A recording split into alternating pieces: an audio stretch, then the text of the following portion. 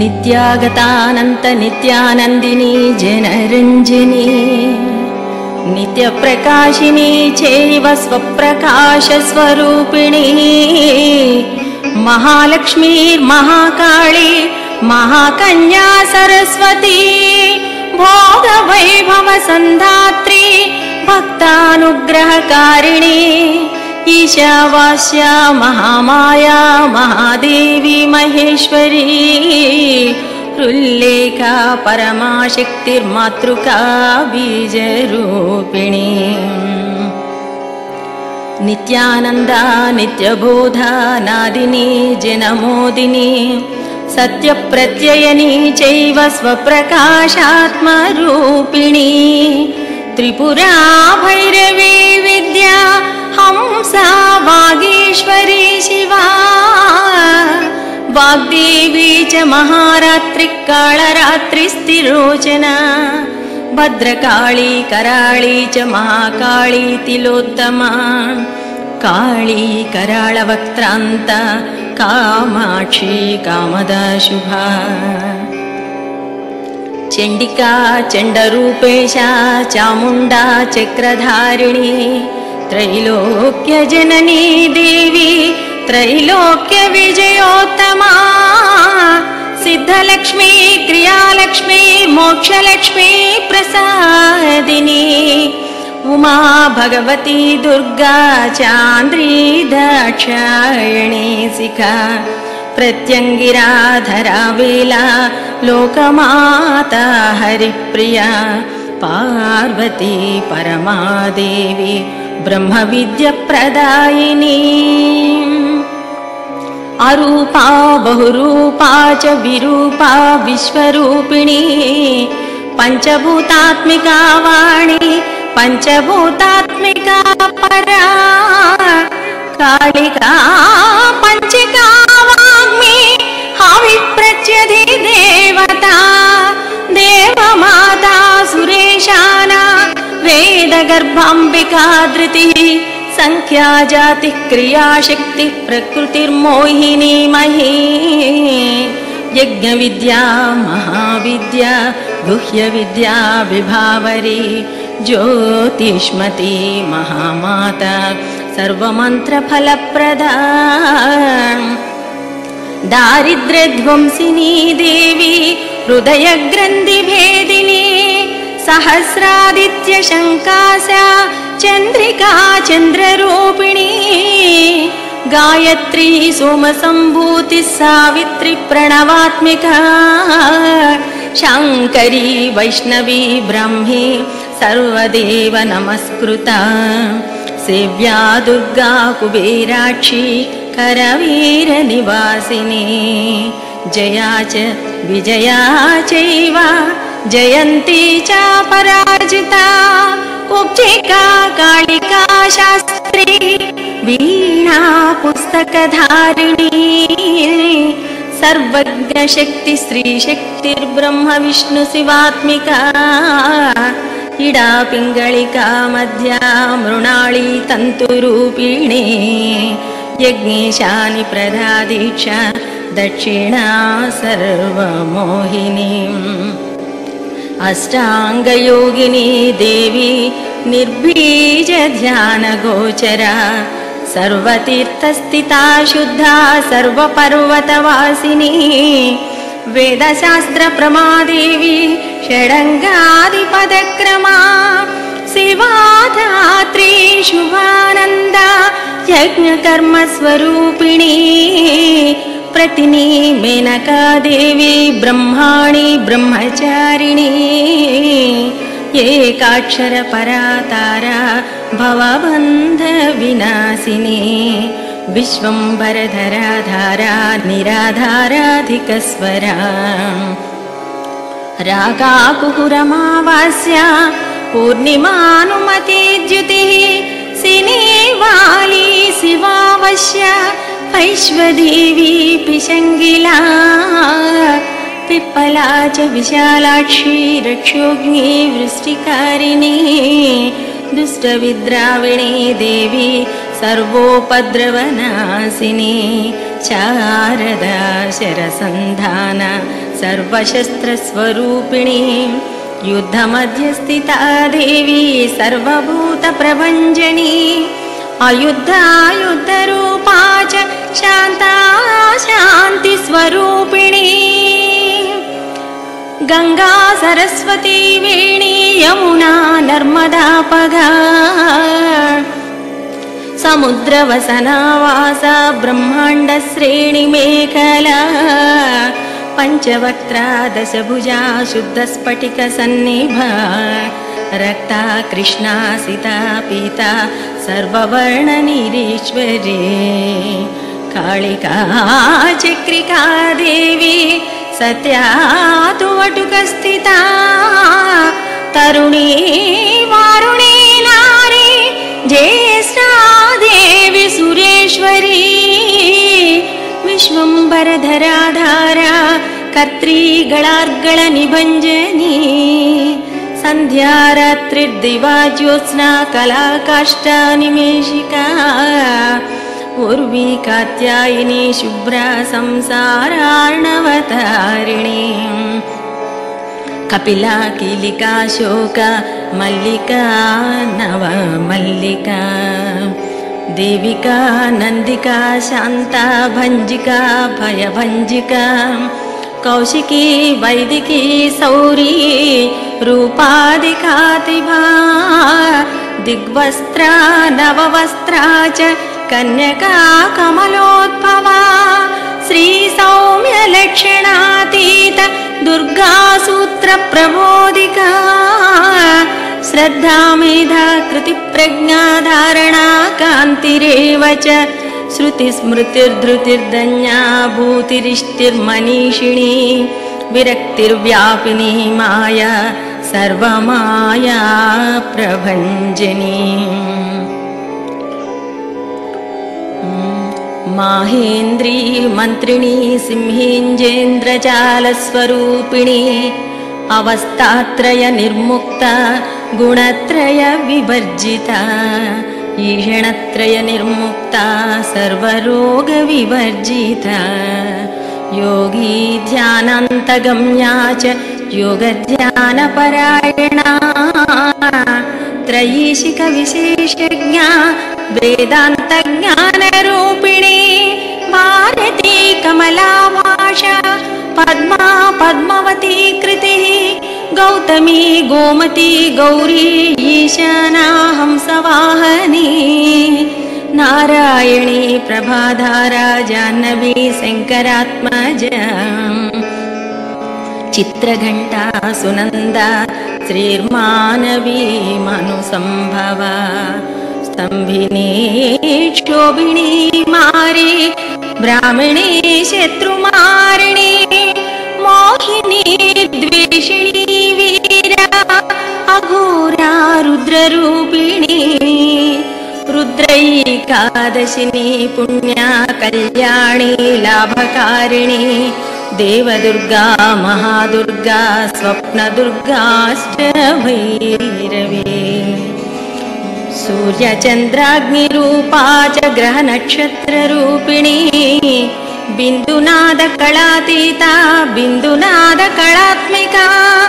दशवायुजयाकारा कला षोडश संयुता काश्यपी कमलादेवी नादचक्रनिवासिनी मृडाधारा स्थिरा गुह्या देविका चक्ररूपिणी अविद्या शार्वरी भुञ्जा जम्भासुरनिबर्हिणी श्रीकाया श्रीकला शुभ्रा कर्म निर्मूलकारिणी आदिलक्ष्मीर्गुणाधारा पंचब्रह्मात्मिका परा श्रुतिर्ब्रह्ममुखावासा सर्वसंपत्तिरूपिणी मृतसञ्जीविनी मैत्री कामिनी कामवर्जिता निर्वाणमार्गदा देवी हंसिनी काशिकाक्षमा सपर्या गुणिनी भिन्ना निर्गुणा खण्डितशुभा स्वामिनी वेदिनी शक्या शाम्भरी चक्रधारिणी दण्डिनी मुण्डिनी व्याघ्री शिखिनी सोमसंहतिः चिन्तामणिश्चिदानन्दा पञ्चबाणप्रबोधिनी बाणश्रेणी सहस्राक्षी सहस्रभुजपादुका सन्ध्यावलिस्त्रिसन्ध्याभ्या ब्रह्माण्डमणिभूषणा वासवे वारुणी सेना कुलिका मन्त्ररञ्जनी चितप्राणस्वरूपा च कान्ता काम्यवरप्रदा मन्त्रब्राह्मण विद्यार्था नादरूपा हविष्मती अदर्पणश्रुतिशून्या कल्पनावर्जिता सती सत्ता जातिः प्रमामेया प्रमतिः प्राणदा गतिः अपर्णा पञ्चवर्णा च सर्वदा भुवनेश्वरी त्रैलोक्यमोहिनी विद्या सर्वभर्त्री क्षराक्षरा हिरण्यवर्णा हरिणी सर्वोपद्रवनाशिनी कैवल्यपदवी रेखा सूर्यमण्डल संस्थिता सोममण्डल मध्यस्था वनिमण्डल संस्तुता वायुमण्डल मध्यस्था व्योममण्डल संस्थिता चक्रिका चक्रमध्यस्था चक्रमार्ग प्रवर्तिनी कोकिलाकुल चक्रेशा पठति पंक्ति पावनी सर्वसिद्धान्तमार्गस्था षड्वर्णावरवर्जिता शतरुद्रहराहंत्री सर्वसंहारकारिणी पुरुषाः पौरुषी तुष्टिः सर्वतन्त्रप्रसूतिका अर्धनारीश्वरी देवी सर्वविद्याप्रदायिनी भार्गवी याजुषी विद्या सर्वोपनिषदास्थिता व्योमकेशा किल प्राणा पञ्चकोशविलक्षणा पञ्चकोशात्मिका प्रत्यक् पञ्च ब्रह्मात्मिका शिवा जगज्जराजनित्री च पञ्चकर्म प्रसूतिका वाग्दिव्याभरणाकारा सर्वकाम्यस्थिता स्थितिः अष्टादश चतुष्षष्टि पीठिका विद्ययायुता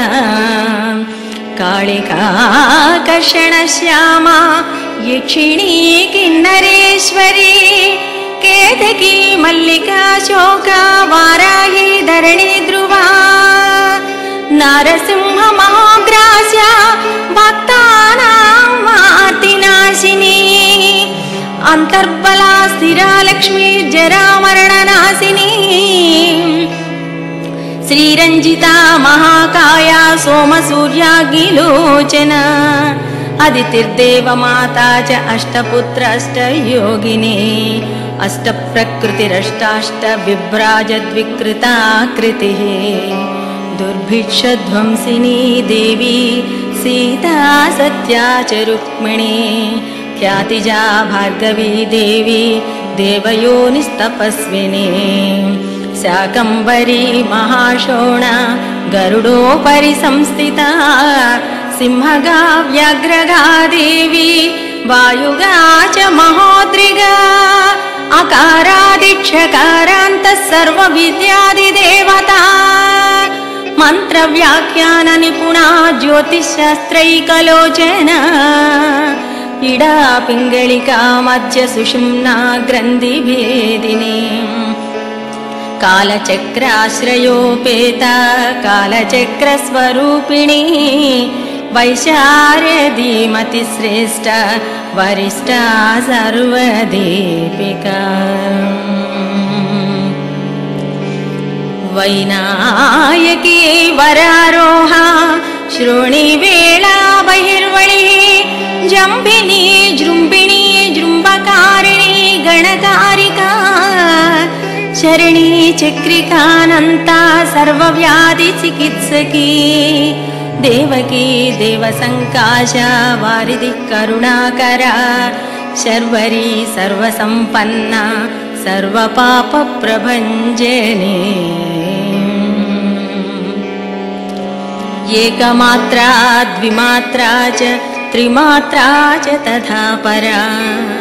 अर्थमात्रा परा सूक्ष्मा सूक्ष्मार्थार्थ परा परा एकवीरा विशेषाख्या षष्ठी देवी मनस्विनी नैष्कर्म्या निष्कला लोका ज्ञानकर्माधिका गुणा सबन्ध्वानन्द संदोह व्योमाकार निरूपिता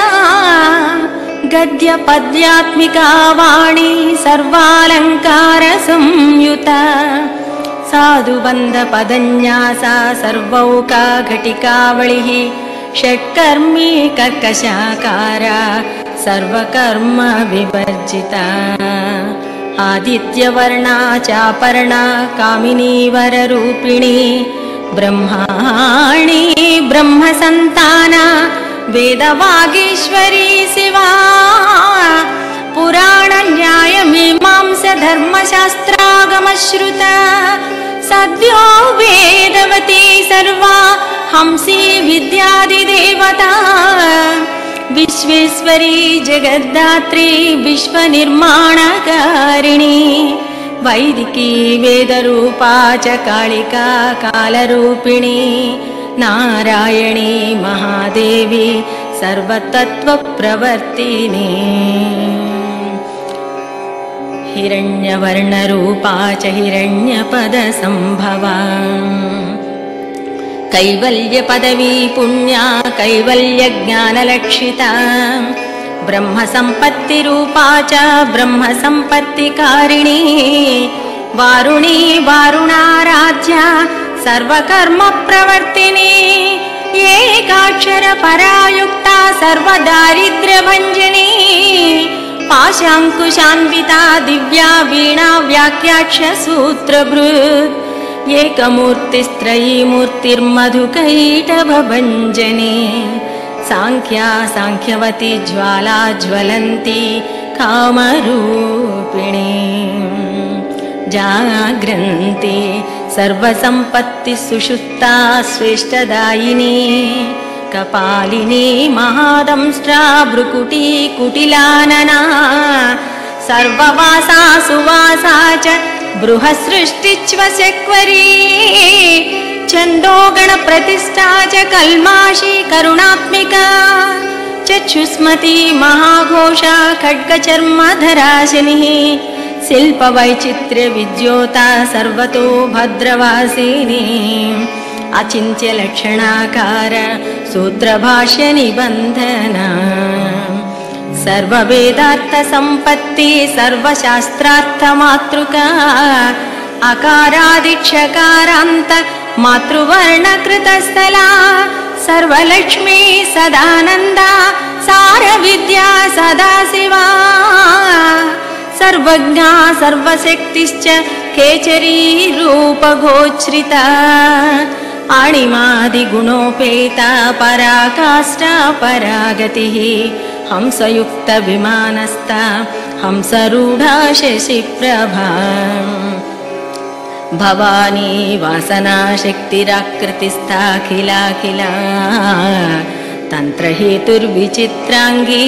व्योमगंगा विनोदिनी वर्षा च वर्षिका चैव ऋग्यजुस्सामरूपिणी महानदी नदी पुण्या गण्य पुण्यगुणक्रिया समाधिगतलभ्यार्था श्रोतव्या स्वप्रिया गृणा नामाक्षरपरदा देवी उपसर्गन काञ्चिता निपातोरुद्वयी जङ्घा मातृका मन्त्ररूपिणी आसीना च शयना च तिष्ठन्ती धावनाधिका लक्षलक्षणयोगाढ्या ताद्रूप्य गणनाकृतिः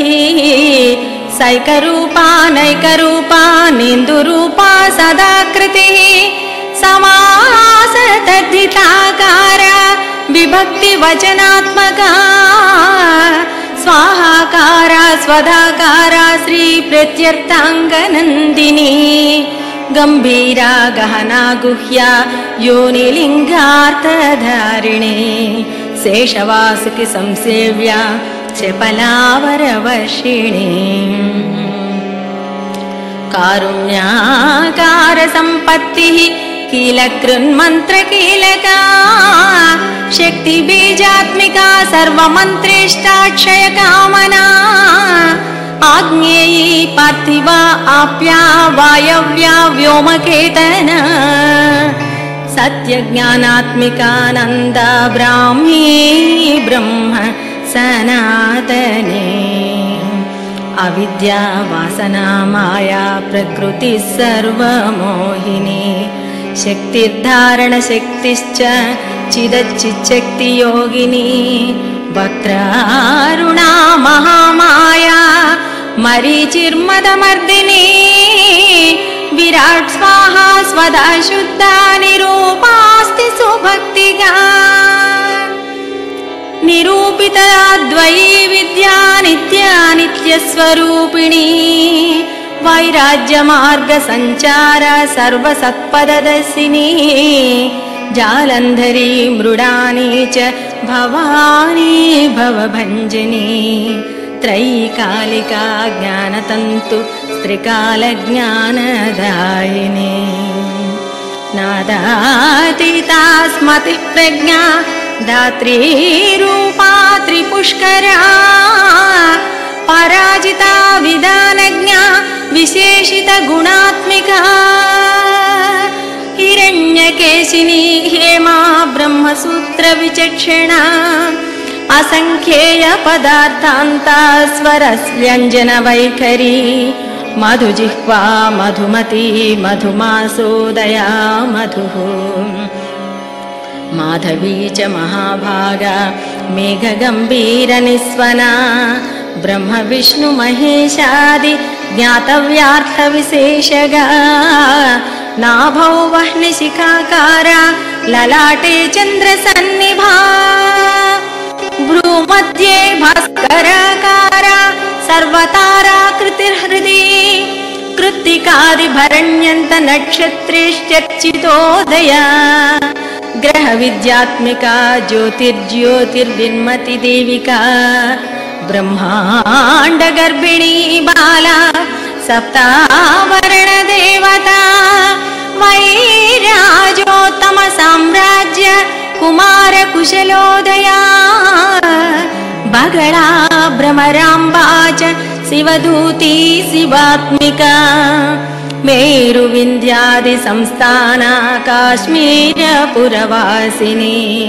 योग निद्रा महानिद्रा विनिद्रा राक्षसाश्रिता सुवर्णदा महागंगा पंचाख्या पंचसंहतिः सुप्रजाता सुवीर्या च सुपोषा सुपतिः शिवा सुगृहा रक्तबीजान्ता हतकन्दर्पजीविका समुद्र व्योम मध्यस्था समबिन्दु समाश्रया सौभाग्यरस जीवातु सारासार विवेकदृक् त्रिवल्यादि सुपुष्टांगा भारती भरताश्रिता नाद ब्रह्ममयी विद्या ज्ञान ब्रह्ममयी परा ब्रह्मनाडी निरुक्तिश्च ब्रह्म कैवल्य साधना कालकेय महोदारा वीर्य विक्रम रूपिणी बड़वाग्निशिखा वक्त्रा महाकबल तर्पणा महाभूता महादर्पा महासारा मकाक्रतुः पंचभूता महाग्रासा पंचभूतादिदेवता सर्व प्रमाण संपत्ति सर्वरोग प्रतिक्रिया ब्रह्मांडांत बहिर्व्याप्ता विष्णुवक्षो विभूषिणी शांकरी विधिवक्त्रस्था प्रवरावर हेतुकी हेममाला शिखामाला त्रिशिखा पंचलोचना सर्वागम सदाचार मर्यादा यातु भंजनी पुण्यश्लोक प्रबंधाढ्या सर्वांतर्यामी रूपिणे सामगान समाराध्या श्रोतृकर्णरसायना जीवलोकैक जीवातुर्भद्रोदार विलोकना स्फटित्कोटिलसत्कान्तिस्तरुणी हरिसुन्दरी मीननेत्रा च नेन्द्राक्षी विशालाक्षी सुमङ्गला सर्वमङ्गलसम्पन्ना साक्षान् मङ्गलदेवता देहहृद्दीपिका दीप्तिर्जिह्मपापप्रणाशिनी अर्धचन्द्रल्लसोदंष्ट्रा यज्ञवाटी विलासिनी महादुर्गा महोत्साह महादेवा बलोदया शाकिनीज्या ढाकिनीज्या साकिनीज्या समस्तजुट् निरङ्कुशा नाकिवन्द्या षडाधारादिदेवता भुवनज्ञाननिःश्रेणिः भुवनाकारवल्लरी शाश्वती शाश्वताकार लोकानुग्रहकारिणी सारसी मानसी हंसी हंसलोकप्रदायिनी चिन्मुद्रालङ्कृतकरा कोटिसूर्यसमप्रभा सुखप्राणिशिरोरुघा सददृष्टप्रदायिनी सर्वसाङ्कर्यदोषज्ञी ग्रहोपद्रवनाशिनी क्षुद्रगन्तुभयज्ञी च विषरोगादिभञ्जनी सदा शान्ता सदा शुद्धा गृहच्छिद्रनिवारिणी कलिदोषप्रशमनी कोलाहलपुरस्थिता गौरी लाक्षणिकी मुख्या जगन्याकृतिवर्जिता माया विद्या मूलाभूता वासवी विष्णुचेतना वादिनी वसुरूपा च वसुरत्नपरिच्छदा छन्दसी चन्द्रहृदया मन्त्रस्वच्छन्दभैरवी वनमाला वैजयन्ती पञ्चदिव्यायुधात्मिका पीताम्बरमयी चञ्चत्कौस्तुभा हरिकामिनी नित्या तथ्या रमा रामा रमणी मृत्युभञ्जनी ज्येष्ठा काष्ठा घनिष्ठान्ता शराङ्गी निर्गुणप्रिया मैत्रेया मित्रविन्दा च शेषकलाशया वारणासी वासलभ्या चार्यावर्तजनस्तुता जगदुत्पत्तिसंस्थान संसारत्रयकारणा त्वमम्ब विष्णु सर्वस्वं नमस्तेस्तु महेश्वरी नमस्ते सर्वलोकानां जनन्यै पुण्यमूर्तये त्वमम्ब विष्णु सर्वस्वं नमस्तेस्तु महेश्वरी नमस्ते सर्वलोकानां जनन्यै पुण्यमूर्तये सिद्धलक्ष्मीर्महाकाली महालक्ष्मी नमोऽस्तुते सद्यो जाताजि पञ्चाग्निरूपा पञ्चका यन्त्रलक्ष्मीर्भवत्यादि राध्याद्येते नमो नमः सृष्ट्यादिकारणाकार वितते दोषवर्जिते जगल्लक्ष्मी जगन्माता विष्णुपत्नी नमोऽस्तुते नवकोटिमहाशक्ति समुपास्य पदाम्बुजे कनत्सौवर्णरत्नाढ्य सर्वाभरणभूषिते अनन्तनित्यमहिषी प्रपञ्चेश्वरनायकी अत्युच्छ्रितपदान्तस्ते परमव्योमनायकी नाकपृष्ठगताराध्ये विष्णुलोकविलासिनी वैकुण्ठराजमहिषी श्रीरङ्गनगराश्रिते रङ्गनायकी भूपुत्री कृष्णे वरदवल्लभे कोटिब्रह्मादिसंसेव्ये कोटिरुद्रादिकीर्तिते मातुलुङ्गमयं खेटं सवर्णचषकं तथा पद्मद्वयं पूर्णकुम्भं कीरं च वरदाभये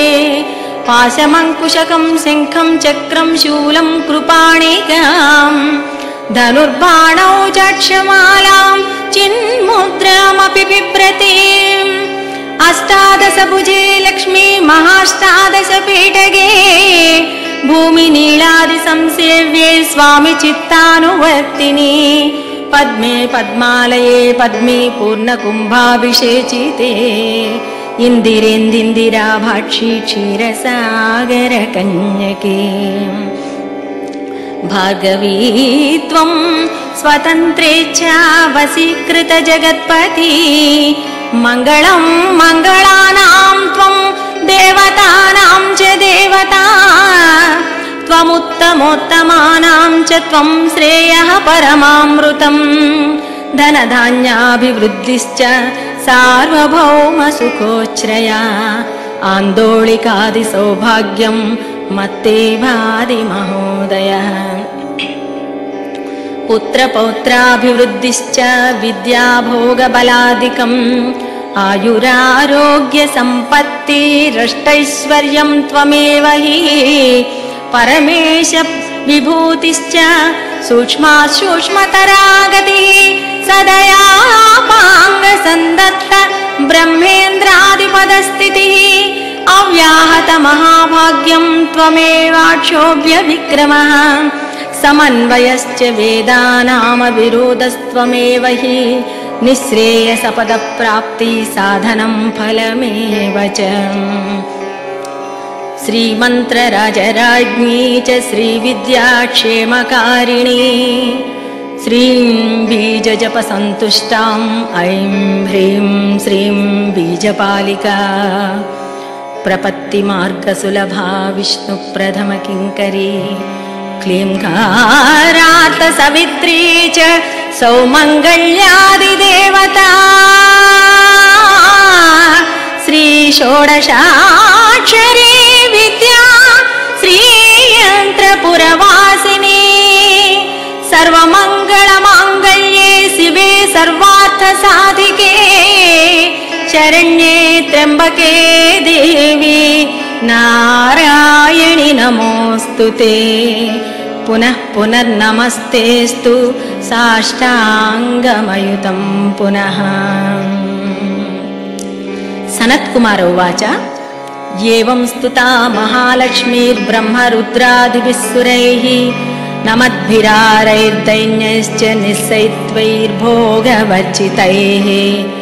ज्येष्ठाजुष्टैः च निःश्रीकसंसारात् स्वपरायणाय विष्णुपत्नी ददौ तेषां दर्शनं दृष्टितर्पणम् शरत्पूर्णेन्दुकोट्याभ धवलापाङ्गवीक्षणैः सर्वान् सत्स्वसमाविष्टांश्चक्रे हृष्टानरं ददौ महालक्ष्मीरुवाच नाम्नां साष्टसहस्रं मे प्रमदाद्वापि यस्कृत् कीर्तये तत्कुले सत्यं वसाम्या चन्द्रतारकम् किं पुनर्नियमाज्जप्तुर्मदेकशरण्यस्य च मातृवत्सानुकम्पाहं पोषयिष्यामहर्निशम् मन्नाम स्मरतां लोके दुर्लभं नास्ति चिन्तितं मत्प्रसादेन सर्वेऽपि स्वस्वेष्टार्थमवाप्स्यथा लुप्तवैष्णवधर्मस्य मद्व्रतेष्वकीर्णिनः भक्तिप्रपत्तिहीनस्य वन्द्यो नाम्नां जरापि तस्मादवश्यं तैर्दोषैर्विहीनः पापवर्जितः जपे साष्टसहस्रं मे नाम्नां प्रत्यहमादरात् साक्षादलक्ष्मीपुत्रोऽपि दुर्भाग्योऽप्यलसोऽपि वा अप्रयत्नोऽपि मूढोऽपि विकलः पतितोऽपि च अवशात् प्राप्नुयात् भाग्यं मत्प्रसादेन केवलं स्पृहेयमचिराद्देवा वरदानाय जापिनः ददामि सर्वमिष्टार्थं लक्ष्मीति स्मरतां ध्रुवम्। सनत्कुमारुवाच इत्युक्त्वान्तर्तदे लक्ष्मीः वैष्णवी भगवत्कला इष्टपूर्तं च वसुकृतं भागधेयं च चिन्तितं स्वं स्वं स्थानं च भोगं च विजयं लेभिरे सुराः तदेतत्प्रवदाम्यद्य लक्ष्मी नाम सहस्रकं योगिनः पठति क्षिप्रञ्चितीतार्थनवाप्स्यथ। गार्गे उवाच सनत्कुमार योगीन्द्र इत्युक्त्वा स दयानिधिः अनुगृह्य ययौ क्षिप्रं तांश्च द्वादश योगिनः तस्मादेतद्रहस्यञ्च गोप्यं जप्यं प्रयत्नतः अष्टम्यां च चतुर्दश्यां नवम्यां भृगुवासरे पौर्णमास्यां ममायां च सर्वकाले विशेषतः जपेद्वा नित्यकार्येषु सर्वान् कामान् अवाप्नुयात् जपेद्वा नित्यकार्येषु सर्वान् कामान् अवाप्नुयात्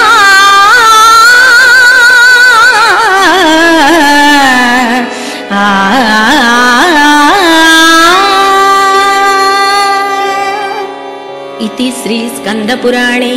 सनत्कुमार संहितायां श्रीलक्ष्मी सहस्रनाम स्तोत्रं सम्पूर्णम्।